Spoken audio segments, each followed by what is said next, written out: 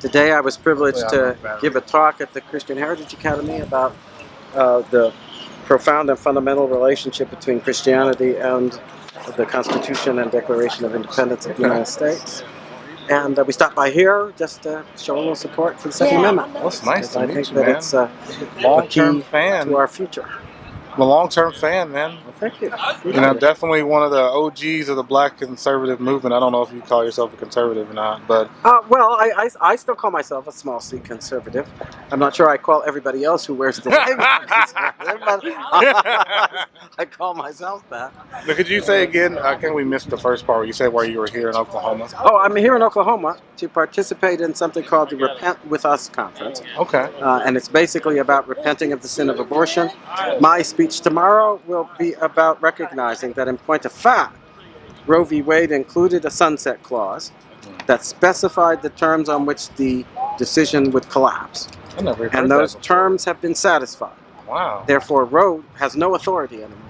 And it is incumbent on the executives, the governors, the president, to see this truth and start enforcing the Constitution, which requires that we, first of all, not deprive any person of life, liberty, or property without due process, and that we not withhold from any person the equal protection of the laws. Both those things are being done to our offspring in these abortion murder mills, and the murders must stop.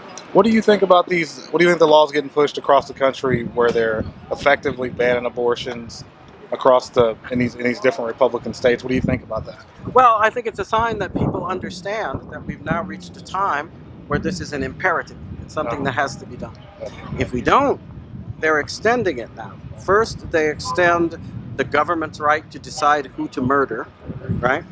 Outside the womb in New York and other places, by saying that fully born children can now be killed if their mothers wanted them aborted. So abortion now is killing persons outside the womb.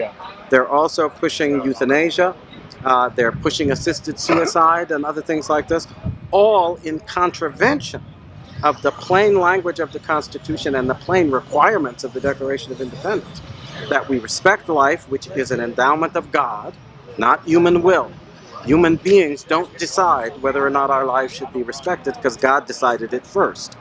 And once we establish that you are a human person, no one has the right to murder you for any reason whatsoever.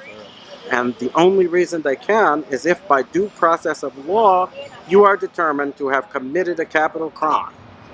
Then you can be... What capital crime could possibly be charged against an innocent nascent child in the womb or in the petri dish or anywhere else?